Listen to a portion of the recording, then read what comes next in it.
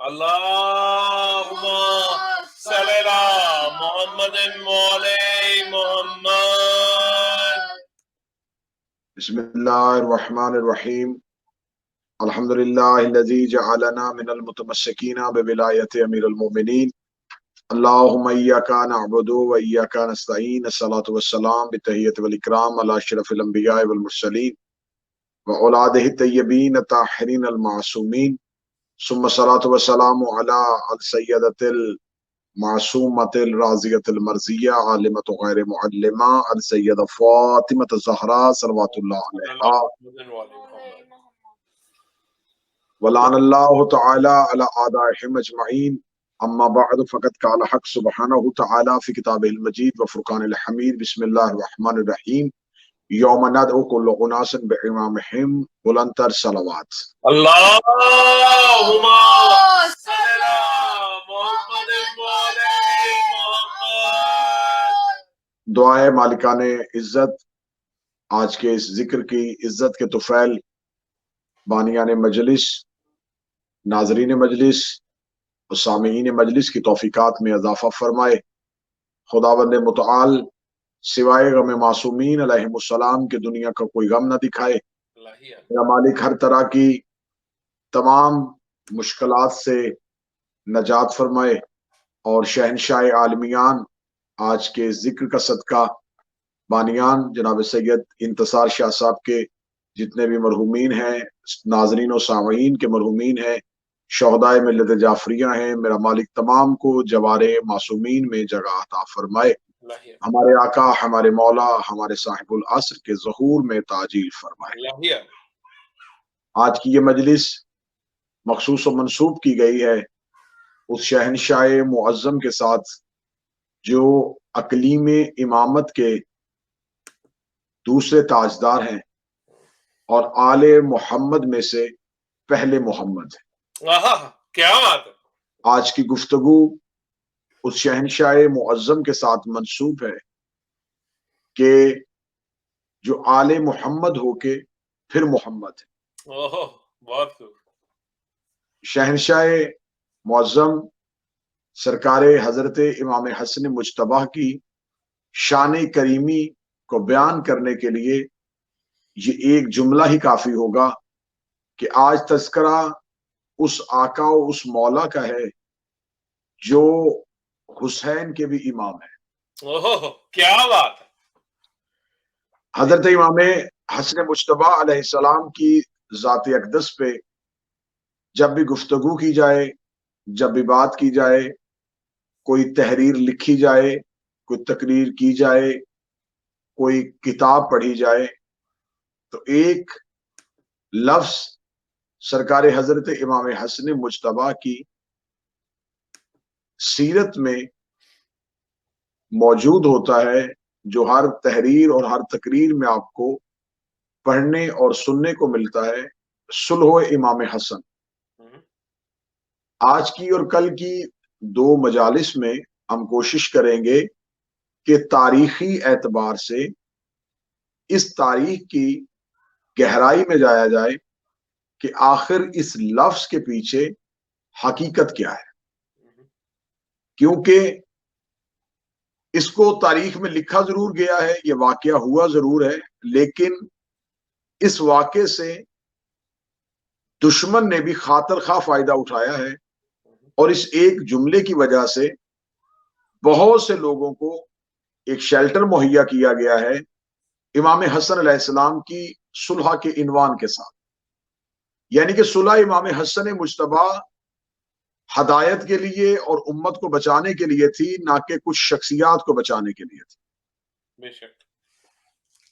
سب سے پہلے ہم حضرت امام حسن علیہ السلام کی پاک طیب زندگی کا مطالعہ جب کریں تو ہمیں بہت سے ایسے روشن پہلو نظر آتے ہیں جو کہ سرکار حضرت امام حسن مجتبی کے نمایاں ہیں. سب سے پہلی چیز یہ ہے کہ یہ آدم سے لے کے حضرت امام حسن تک پہلی فضیلت صرف حضرت امام حسن مجتبی کو حاصل ہوئی کہ ان کی ماں بھی معصومہ تھی اور ان کا باپ بھی معصوم. کیا بات ہے جی. ان کے پاس یہ فضیلت آئی کہ ان کی والدہ سیدۃ النساء العالمین ہیں اور ان کا باپ علی المرتضیٰ ولی العالمین ہے۔ آہا، سرکار حضرت امام حسن مجتبی 15 رمضان کو 3 ہجری ظاہری طور پہ دنیا میں اپنی زیارت سے لوگوں کو مشرف کروایا۔ سرکار حضرت امام حسن مجتبی کی زندگی کی پہلی غدیر پڑھنے لگا ہوں، کیونکہ ہر امام کے اعلان امامت کے لیے پچھلی حجت کو کوئی نہ کوئی غدیر بنانی پڑتی ہے، آہا، کوئی نہ کیا کوئی غدیر ترتیب دی جاتی ہے جس میں اس امام کی امامت کا اعلان کیا جاتا ہے۔ بات؟ جیسا کہ رسالت مآب صلی اللہ علیہ وآلہ وسلم کو عرب کے لوگ، مکہ کے لوگ عبداللہ کا بیٹا سمجھ رہے تھے، لیکن دعوت ذوالعشیرہ میں حضرت ابو طالب علیہ السلام نے رسالت مآب کی تقریر رکھوا کے عرب کے لوگوں کو یہ بات واضح طور پہ پیغام پہنچا دیا کہ یہ میرا صرف بھتیجے ہی نہیں بلکہ اللہ کے رسول بھی ہیں۔ بے شک، تو رسول کی رسالت کا جو پہلا اعلان حجت کے لیے ترتیب دیا گیا وہ دعوت ذوالعشیرہ میں ہوا۔ اس کے بعد اگلی حجت امیر المومنین تھے۔ امیر المومنین کی ولایت، امامت اور خلافت کا اعلان کرنے کے لیے رسالت مآب کو غدیر میں بحکم الہی لوگوں کو روکنا پڑا، اور بنص قرآن مولا امیر المومنین کی ولایت کے اعلان کو ایک محبت نہیں بلکہ تبلیغ رسالت کے طور پہ انجام دینا پڑا۔ آہا، اب جب امام حسن مجتبی علیہ السلام کی امامت کا اعلان کرنا تھا تو یہاں تاریخ میں ایک بہت خوبصورت واقعہ ہمیں سننے کو ملتا ہے، کیونکہ امام حسن مجتبی اور امام حسین یہ دونوں شہزادے امیر المومنین کے ہیں اور امامت دونوں میں تقسیم ہوئی ہے، ہم، امامت دونوں کے پاس ہے۔ امام حسن بھی امام ہے اور امام حسین بھی امام ہے۔ بے شک، امام حسن علیہ السلام کی امامت کا اعلان کچھ اس انداز سے ہوتا ہے کہ رسالت مآب کے پاس ایک شخص آتا ہے جس کا نام ابو سمسام ہے۔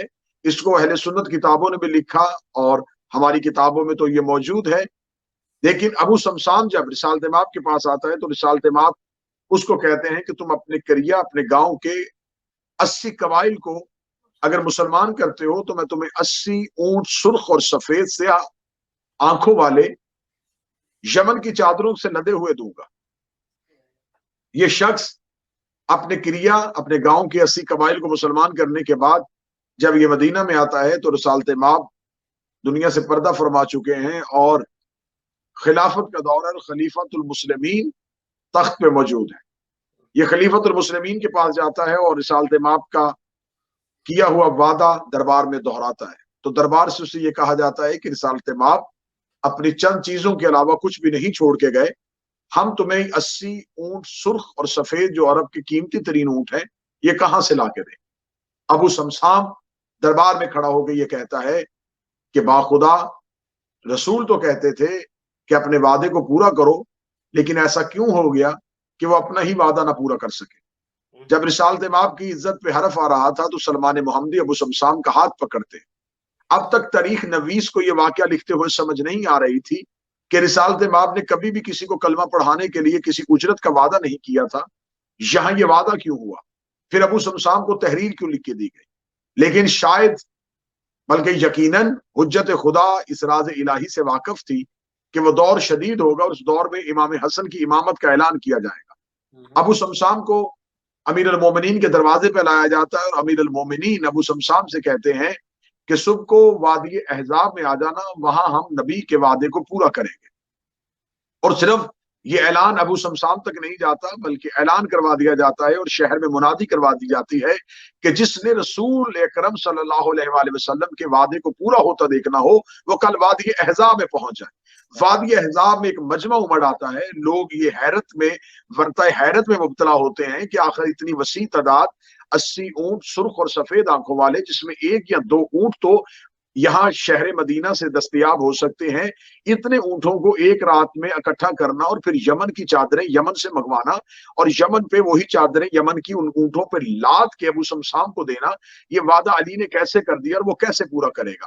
امیر المومنین بھی چاہتے تھے کہ رسالت مآب کے اس وعدے کی تکمیل کے لیے لوگوں کے ذہنوں میں شکوک و شبہات مبتلا ہوں تاکہ جو نہیں بھی آنا چاہتا وہ بھی آئے، جس کو علی کے اختیارات پہ شک تھا وہ بھی آئے، جس کو رسالت مآب کی وصیت پہ شک تھا وہ بھی آئے۔ وادی احزاب میں مسلمانوں کا ایک پورے کا پورا مجمع امڑ آیا، مجمع کا امڑنا تھا اور نظریں تھی امیر المومنین کے دروازے پہ۔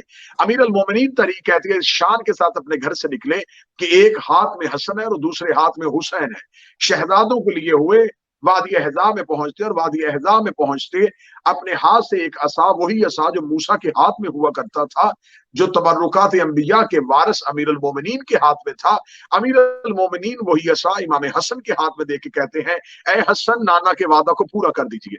جب یہ جملہ کہا جاتا ہے تو امام حسن چلتے ہوئے قدموں کے ساتھ ایک ایسے ٹیلہ کے قریب جاتے ہیں، وہاں اپنے عصا کے ساتھ اس ٹیلے پہ ایک ضرب لگاتے ہیں اور وہاں سے ریت گرتی ہے اور وہاں سے ایک سفید پتھر نمودار ہوتا ہے جس پہ لکھا ہوتا ہے لا الہ الا اللہ محمد رسول اللہ علی ولی اللہ۔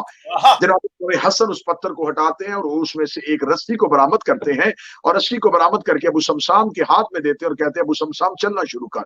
ابو سمسام جب چلتا ہے تو مدینہ کے لوگ ورطۂ حیرت میں مبتلا ہیں کہ یہ کیا ہونے لگا ہے۔ یا تھوڑی دیر بعد دیکھتے ہیں کہ یمن کی چادروں سے لدا ہوا سرخ اونٹ اس پتھر سے باہر نکلتا ہے، اس کے بعد دوسرا اونٹ نکلتا ہے، تیسرا اونٹ نکلتا ہے، 80 اونٹ سرخ اور سفید سے آنکھوں والے یمن کی چادروں سے لدے ہوئے جب ابو سمسام کے پیچھے چلتے ہیں تو 80 اونٹوں کی تعداد مکمل ہونے کے بعد ابو سمسام جب پیچھے مڑ کے دیکھتا ہے تو امام حسن ٹھنڈی یا بھر کے کہتے ہیں اے ابو سمسام کاش تو چلتا رہتا تو قیامت تک یہ اونٹ نکلتے رہتے، قیامت تک ہماری سخاوت میں کمی نہ آ سکتی تھی۔ لوگ چلتے ہوئے امام حسن کے پاس آئے اور قدموں میں گر کے کہنے لگے اے محمد کا بیٹا، ہم نے آج تک کبھی پتھر سے دانے کو نکلتے ہوئے دیکھا ہے، ہم نے پتھر سے پودے کو نکلتے ہوئے دیکھا ہے، ہم نے پتھر سے پانی کو نکلتے ہوئے دیکھا ہے، لیکن یہ 80 اونٹ کہاں سے نکل آئے؟ امام حسن مسکرا کے کہتے ہیں کاش تم نے قرآن کو سمجھا ہوتا، خدا نے صالح نبی کی ناکہ کو ایک پہاڑی سے نکال دیا تھا، تو جس خدا نے ناکہ صالح کو نکالا تھا اسی خدا نے ان 80 اونٹوں کو نکالا ہے، اور وہ 80 اونٹ بھی اللہ کے امر سے نکلے تھے اور ناکہ صالح بھی اللہ کے امر سے نکلا تھا۔ اور یہ کہنے کے بعد امام حسن مجتبی اپنے امامہ مبارک کو اپنے کاندھہ مبارک پہ رکھ کے کہتے ہیں نحنو امر اللہ، وہ اللہ کا امر ہم ہے۔ کیا بات ہے، جیو قبلہ، نعرہ حیدری یا اللہم صلی علی محمد وعلی محمد۔ جیو قبلہ، ماشاءاللہ۔ دیکھنے میں بظاہر پہلی غدیر تھی جہاں حضرت امام حسن مجتبی نے اپنے اختیارات کو واضح کر دیا۔ امام حسن مجتبی کے اختیارات واضح ہو چکے تھے امیر المومنین کی زندگی میں، یعنی کہ اگر اس اختیار کو میں نے تاریخی اعتبار سے پڑھا، اگر میں عقائد کے اعتبار سے پڑھوں تو یہ جملہ ٹھیک ہوگا کہ علی کے ہوتے ہوئے جو اپنا اختیار دکھا رہا تھا، کیا بات ہے قبلہ، علی جیسے شہنشاہ کے ہوتے ہوئے جس نے اپنی قدرت و طاقت کو دکھایا۔ کتابوں میں لکھا ہے، صاحب بہار علامہ مجلسی لکھتے ہیں کہ امام حسین علیہ السلام وہ ہستی ہیں جن کے سامنے محمد حنفیہ بیٹھتے تھے تو امام حسین کے جلال کی وجہ سے کلام نہیں کرتے تھے، گفتگو نہیں کرتے تھے۔ امام حسین کی محفل میں بیٹھ کے محمد حنفیہ کلام نہیں کرتے تھے جلال حسین کی وجہ سے۔ اور وہی بہار میں آگے لکھا جاتا ہے کہ وہ محمد حنفیہ جو احترام اور جلال حسین میں محفل حسین میں بات نہیں کرتے تھے، وہ حسین جلال حسن کی وجہ سے محفل حسن میں کلام نہیں کرتے تھے۔ امام حسن مجتبی وہ تاریخ ساز شخصیت۔ اب جو میں نے جملہ کہا جس پہ 2 مجلسوں پہ ہم کوشش کریں گے کہ تاریخی اعتبار سے اس کا احاطہ کریں، جس لفظ کو متنازع بنایا گیا اس کا نام ہے، اس عنوان کو لکھا جاتا ہے صلح امام حسن۔ دیکھیں صاحبان، میں یہ بات پہلے آپ کے اذہان عالیہ میں ارسال کروں کہ تاریخ کا مذہب نہیں ہوتا، تاریخ کی حیثیت ایک نیوز پیپر کی ہوتی ہے، وہاں واقعات کو کوڈ کیا جاتا ہے، لیکن مورخ تاریخ لکھتے ہوئے واقعے کے آخر میں نتیجے کو تبدیل کرتا ہے۔ اب یہاں لفظ لکھا گیا صلح امام حسن۔ صلح امام حسن کے ساتھ بہت سے لوگوں کو یہ غلط فہمی ہوئی، انہوں نے یہ غلط فہمی پھیلائی کہ دیکھیں امام حسن نے صلح کر لی تھی تو لہذا جن سے صلح کی گئی ہے اب انہیں دشمن تصور نہ کیا جائے۔ میں سب سے پہلا سوال یہاں رکھنا چاہتا ہوں اہل زبان سے کہ اگر آپ نے صلح امام حسن لکھا تو آپ کو یہ بھی ماننا پڑے گا کہ صلح ہمیشہ دشمن کے ساتھ ہوتی ہے، دوست کے ساتھ نہیں ہوتی۔ تو آپ کو صلح کے بعد میں تاریخ نہیں پڑھنی شروع کرنی پڑے گی، آپ کو دیکھنا پڑے گا صلح سے پہلے دشمنی کیا تھی۔ پہلے آپ کو دشمن ماننا پڑے گا، پھر صلح ماننی پڑے گی۔ دوسری بات، صلح عام لوگوں کے درمیان ہوتی ہے، اپنے جیسوں کے درمیان صلح ہوتی ہے۔ حجت کے سامنے لفظ صلح کا استعمال نہیں ہو سکتا۔ یہ لفظ تاریخ میں اس سے پہلے استعمال ہوا ہے، یہ رسالت مآب صلی اللہ علیہ وسلم کے لیے استعمال ہوا تھا صلح حدیبیہ کی صورت میں۔ لیکن معاف کیجئے گا، بعض ہمارے شیعہ ممبر سے بھی پڑھتے ہوئے کہا جاتا ہے کہ رسالت مآب نے بھی صلح کر لی تھی، امام حسن نے بھی صلح کی تھی، لیکن رسالت مآب کی صلح میں اور امام حسن علیہ السلام کے معاہدے میں بڑا فرق ہے۔ صلح رسول کافروں کے ساتھ تھی، کافر امتی نہیں ہوتا۔ بے شک صلح کا مطلب ہے کہ جنگ بندی، صلح کا مطلب ہے سیز فائر، صلح کا مطلب ہے جنگ کو روک دینا۔ لیکن جب کوئی مسلمان ہو کے حجت کا کلمہ پڑھ لے، حجت کی اطاعت کر لے، تو اس کے لیے لفظ صلح صادر نہیں آئے گا۔ وہاں امتی اگر غلطی کرے تو وہ امام سے معافی مانگے گا۔ بے شک معافی کا لفظ آ سکتا ہے امتی کے لیے، صلح کا لفظ نہیں آ سکتا۔ چلے میں اس کو اور آسان کرتا ہوں، حر نے شب عاشور امام حسین سے صلح نہیں کی تھی، کیا بات، امام حسین سے معافی مانگی تھی۔ بے شک جب امتی کو اپنی غلطی کا احساس ہو جائے تو وہ حجت سے معافی طلب کرتا ہے۔ اب یہاں پہ کیا ہوا کہ امام حسن مجتبی کے سامنے ایک معاہدہ امام حسن علیہ السلام نے لکھا۔ وہ معاہدہ لکھنے کی ضرورت کیوں محسوس؟ ہمیں ضرورت کو دیکھنے کے لیے تاریخ میں جانا پڑے گا کہ آخر امام حسن علیہ السلام کا دور کون سا دور تھا۔ جب ہم اس سے پیچھے جاتے ہیں تو ہمیں نظر آتا ہے کہ امام حسن مجتبی کے دور سے پہلے مولا امیر المومنین کا دور جو تھا، رسالت مآب کی زندگی کے آخری ایام اور اس کے بعد مولا امیر المومنین کی زندگی کے مصائب اور آلام، جب ہم اس پہ نظر دوڑاتے ہیں تو ہمیں ایک چیز واضح طور پہ نظر آتی کہ رسالت مآب صلی اللہ علیہ وسلم کے دنیا سے جانے کے بعد امیر المومنین کو ان کے حق سے محروم رکھا گیا۔ جب ان کے حق سے محروم رکھا گیا اور خلافت جو ہے وہ امت نے تقسیم کی، اور 25 سال کے بعد امت جب دوبارہ آئی، مولا امیر المومنین کے دروازے پہ آتی اور آ کے کہتے ہیں علی آپ خلافت کو قبول کر لیجئے، تو امیر المومنین کہتے ہیں کہ آج سے 12 سال پہلے تو میرے پاس آئے تھے اور تم نے مجھ سے یہی شرط رکھی تھی، اور میں نے تم سے کہا تھا کہ اگر تم قرآن اور سنت پہ عمل کرو گے تو میں علی خلافت کو قبول کروں گا۔ تم نے قرآن اور سنت کے ساتھ ایک سیرت کا تذکرہ کیا تھا، میں نے انکار سیرت سے کیا تھا، اور آج بھی میں اسی انکار پہ کھڑا ہوں۔ اگر تم اس سیرت میں چاہتے ہو تو علی تمہاری خلافت کو قبول نہیں کرے گا، چاہے تم 100 خلافت کے زینے اور عبور کر لو۔ علی پہلے دن اپنی اسی شرط پہ کھڑے تھے کہ صرف قرآن اور سنت ہوگا، اور امیر المومنین کی رائے جو کہ امام کی رائے ہوتی ہے اس کی اہمیت ہوگی۔ کسی امتی کی سیرت کا تذکرہ نہیں ہوگا، کسی غیر معصوم کی سیرت کا تذکرہ نہیں ہوگا۔ امت 3 بار امیر المومنین کے دروازے پہ، امیر المومنین نے تینوں بار اسی شرط کو رکھا کہ قرآن اور سنت، قرآن اور سنت، قرآن اور سنت۔ آخر حکومت والوں نے اور امت نے امیر المومنین کی بات کو قبول کیا اور آ کے کہا کہ اے امیر المومنین اب آپ خلافت کو قبول کر لیجئے، ہم آپ کے شرط قبول کرنے کے لیے تیار ہیں۔ امیر المومنین نے کہا چلو مسجد میں مسجد میں آتا ہوں۔ اب امیر المومنین مسجد میں آئے، اور امیر المومنین نے مسجد میں آ کے جو خلافت کا خطبہ دیا، امیر المومنین نے کہا کہ دیکھو تم نے خلافت کو مجھ سے دور رکھا تھا صرف انہی وجوہات کی بنیاد پہ کہ میں نے تم سے کہا تھا کہ قرآن اور سنت کے علاوہ کسی کی سیرت پہ عمل نہیں ہوگا۔ میں علی آج بھی یہی چاہتا ہوں کہ قرآن اور سنت کے علاوہ کسی کی سیرت پہ عمل نہیں ہوگا۔ اگر یہ چاہتے ہو تو میری ہاتھ میں بیعت کرو۔ لوگوں نے بیعت کرنی شروع کی۔ اب میں یہاں پہ جملہ کہنا چاہتا ہوں، یہ بیعت جو ہو رہی تھی یہ 2 طرح کی بیعت ہو رہی تھی۔ یہاں پر ایک کانفیڈنس کا ووٹ آ رہا تھا اور ایک نو کانفیڈنس کا ووٹ آ رہا تھا۔ جس پہ اعتماد کیا جا رہا تھا اس کا نام علی تھا، اور امیر المومنین یہاں صرف اپنی بیعت نہیں لے رہے تھے، امیر المومنین کہہ رہے تھے کہ میری شرط ہے کہ قرآن اور سنت کے علاوہ کسی کی سیرت پہ عمل نہیں ہوگا۔ امت نے مان لیا کہ کسی کی سیرت پہ عمل نہیں ہوگا۔ جب امت نے مان لیا کہ کسی کی سیرت پہ عمل نہیں ہوگا تو اس کا مطلب ہے کہ جن سیرتوں پہ عمل ہوتا رہا امت نے ان کی نفی کر دی۔ امت نے امیر المومنین کے حق میں ووٹ دے کے، اس مطلب ہے کہ صرف ووٹ امیر المومنین کے حق میں نہیں جا رہا، یہ ووٹ ان کی مخالفت میں بھی جا رہا ہے، جن کی شرط علی کی شرط کے ساتھ ٹکرا رہی ہے۔ امیر المومنین اس ایک شرط کے ساتھ حکومت کو قبول کرتے کہ قرآن اور سنت پر عمل ہوگا۔ لیکن ہوا کیا؟ جب امیر المومنین تخت پہ بیٹھے تو اب رشوت کا بازار گرم ہو گیا، اب لوگوں کو خریدا جانا شروع ہو گیا، اب ایک ایسا معرکہ شروع ہو گیا جہاں پر لوگوں کو کھینچا جا رہا تھا امیر المومنین کے خلاف۔ دمشق مرکز بن گیا، شام مرکز بن گیا، امیر المومنین